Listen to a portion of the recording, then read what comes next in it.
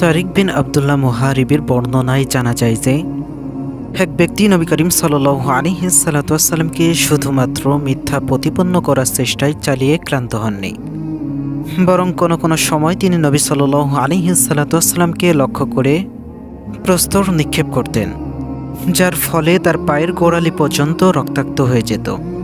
আবু লাহাবের স্ত্রী উম্মে জালিম, যার নাম আরওয়া ছিলেন, হারব বিন উমাইয়ার কন্যা আবু সুফিয়ানের বোন, নবী সাল্লাল্লাহু আলাইহি সাল্লামের প্রতি অত্যাচার, জুলুম ও নির্যাতনে তিনি ছিলেন স্বামীর যোগ্য অংশীদারিণী। তিনি ছিলেন অত্যন্ত বিদ্বেষপরায়ণা এবং প্রতিহিংসাপরায়ণা মহিলা। তিনি রাসূল সাল্লাল্লাহু আলাইহি সাল্লামের চলার পথে এবং দরজায় কাঁটা ছড়িয়ে কিংবা পুঁতে রাখতেন। রাসূল সাল্লাল্লাহু আলাইহি সাল্লামকে অকথ্য ভাষায় গালিগালাজ দেওয়া, কটূক্তি করা, মিথ্যা অপবাদ দেওয়া ইত্যাদি নানাবিধ জঘন্য কাজকর্মে তিনি লিপ্ত থাকতেন।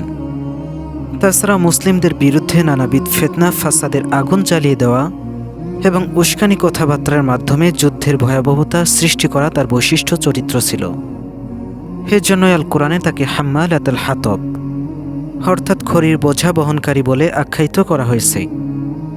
যখন তিনি অবগত হলেন তার এবং তার স্বামীর ব্যাপারে নিন্দাসূচক আয়াত অবতীর্ণ হয়েছে, তখন তিনি রাসূল সাল্লাল্লাহু আলাইহি সাল্লামের খোঁজ করতে লাগলেন।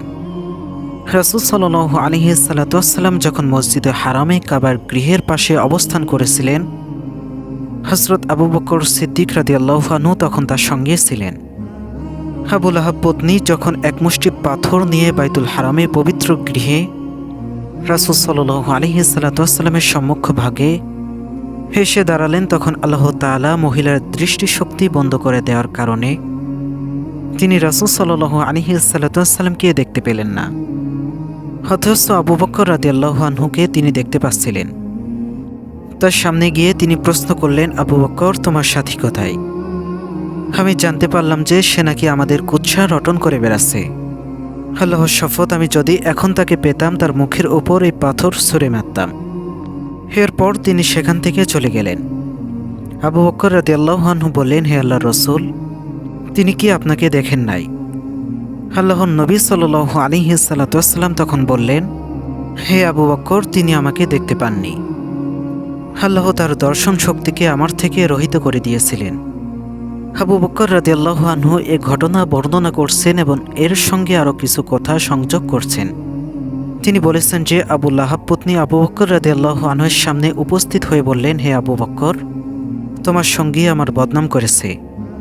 আবু বকর রাদিয়াল্লাহু আনহু বললেন, না, এ ঘরের প্রভুর শপথ, তিনি কোনো কবিতা রচনা কিংবা আবৃত করেন না, আর না সে সব কিছুই তিনি মুখে আনেন। তিনি বললেন, তুমি সত্যই বলছো। এসব সত্ত্বেও আবু লাহাব সেই মর্ম ঘটনাবলী ঘটিয়ে চলেছিলেন, যদিও তিনি ছিলেন রাসূল সাল্লাল্লাহু আলাইহি সাল্লামের চাচা ও প্রতিবেশী। উভয়ের ঘর ছিল পাশাপাশি এবং লাগালাগি। এভাবেই তার অন্যান্য প্রতিবেশীগণ তার উপর নির্যাতন চালাতেন। ইবনে ইসহাকের বর্ণনায় রয়েছে যে সকল লোকজনেরা নবী করিম সাল্লাল্লাহু আলাইহি সাল্লামকে তার বাড়িতে জ্বালা যন্ত্রণা দিতেন, তাদের নেতৃত্ব দিতেন আবু লাহাব, হাকাম বিন আবিল হাস বিন উমাইয়া এবং উকবা বিন আবি মুতাইয়্যব। এরা সকলেই ছিলেন তার প্রতিবেশী। এদের মধ্যে হাকাম বিন আবি আস ব্যতীত কেউ ইসলাম গ্রহণ করেন নাই। রাসূল সাল্লাল্লাহু আলাইহি সাল্লামের ওপর তাদের জুলুম নির্যাতনের ধারা ছিল এরূপ, তিনি যখন সালাতে রত হতেন তখন ছাগলের নাড়ি ভুঁড়ি এবং মলমূত্র এমনভাবে লক্ষ্য করে নিক্ষেপ করা হতো যে তার সমস্ত তা গিয়ে পড়ত তার গায়ের উপর।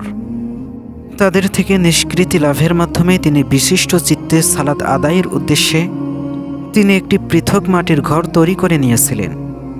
যখন তার উপরে সকল আবর্জনা নিক্ষেপ করা হতো তখন সেগুলো নিয়ে বেরিয়ে দরজায় খাড়া হতেন এবং তাদেরকে ডাক দিয়ে বলতেন, হে বানি আব্দে মানাফ, হাই জাওয়ারি হাজা, ও হে আব্দে মানাফ, প্রতিবেশীর সঙ্গে প্রতিবেশীর কেমন আচরণ। তারপর সমস্ত আবর্জনা স্তূপে নিক্ষেপ করে আসতেন। উকবা বিন আবি মুতাইয়্যব আরও দুষ্টু প্রকৃতির এবং প্রতিহিংসা পরায়ণা ছিলেন। সহিহ বুখারীতে আব্দুল্লাহ ইবনে মাসউদ রাদিয়াল্লাহু আনহু হতে বর্ণিত আছে যে একদা নবী করিম সাল্লাল্লাহু আলাইহি সাল্লাম বাইতুল্লাহর পাশে সালাত আদায় করছিলেন। এমত অবস্থায় আবু জাহেল এবং তার বন্ধুবর্গ সেখানে উপস্থিত ছিলেন। এদের মধ্যে কোনো এক ব্যক্তি অন্যদের লক্ষ্য করে বললেন, কে এমন আছে যে হমুকের বাড়ি থেকে উঠে নারী ভুরি আনবে এবং মুহাম্মদ যখন সালাতে রত অবস্থায় সিজদায় যাবে তখন তার পিঠের উপর ভুঁড়িটি চাপিয়ে দিবে। ওই সময় আরববাসীগণের মধ্যে নিকৃষ্টতম ব্যক্তি উকবা বিন আবি মুতায়্যদ উঠল এবং কথিত ভুঁড়িটি নিয়ে এসে অপেক্ষা করতে থাকল। যখন নবী করিম সাল্লাল্লাহু আলাইহি সাল্লাম সিজদায় গেলেন তখন সেই দোচারা নারী ভুঁড়ি নিয়ে তারা সকলেই গিয়ে তার পিঠের উপর চাপিয়ে দিল। আব্দুল্লাহ ইবনে মাসউদ রাদিয়াল্লাহু আনহু বলছেন, আমি সবকিছুই দেখছিলাম, কিন্তু কোনো কিছু করার ক্ষমতা আমার ছিল না। আর যদি আমার মধ্যে তাকে বাঁচানোর কোনো ক্ষমতা থাকত। আব্দুল্লাহ বিন মাসউদ রাদিয়াল্লাহু আনহু আরও বললেন, এরপর তারা দানবীর আনন্দ এবং উত্তেজনায় পরস্পরের গায়ে ঢলাঢলি পারাপারি করে মাতামাতি শুরু করে দিল। মনে হলো ওদের জন্য এর চেয়ে বড় আনন্দের ব্যাপার আর কিছুই হতে পারে না। হায় আফসোস, যদি তারা এটা বুঝতে পারত যে কি সর্বনাশের পথ তারা বেছে নিয়েছে। একদিকে অবাচিনের দল যখন দানবীর আনন্দ এবং নারকীয় কার্যকলাপে লিপ্ত ছিল, তখন দুনিয়ার সর্বযুগের সর্বশ্রেষ্ঠ মানব মহানবী মুহাম্মদ সাল্লাল্লাহু আলাইহি সাল্লাম সেজদারত অবস্থায় বেহেশতি আবে হায়াত পানে বিভোর ছিলেন। কি অদ্ভুত বিপরীত!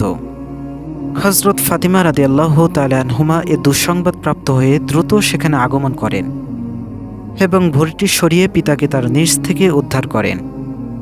তারপর রাসূল সাল্লাল্লাহু আলাইহি সাল্লাম শির উত্তোলন করে তিনবার বললেন, আল্লাহুম্মা আলাইকা বিকুরাইশিন, হে আল্লাহ, এই কুরাইশ দিগণকে পাকড়াও করো।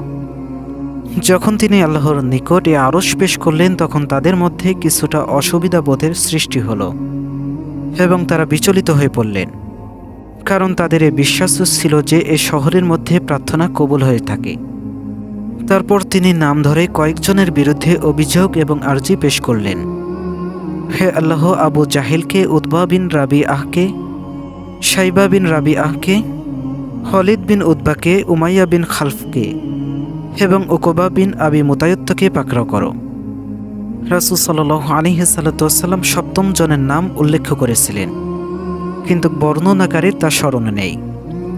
ইবনে মাসউদ রাদিয়াল্লাহু তাআলা আনহু বলেছেন, সেই সত্তার শপথ যার হাতে রয়েছে আমার জীবন, হে অবস্থার প্রেক্ষাপটে রাসূল সাল্লাল্লাহু আলাইহি সাল্লাম যাদের নামে আরজি পেশ করেছিলেন, বদর যুদ্ধে নিহত হয়ে কুয়োর মধ্যে পতিত অবস্থায় আমি তাদেরকে সকলকেই দেখেছি।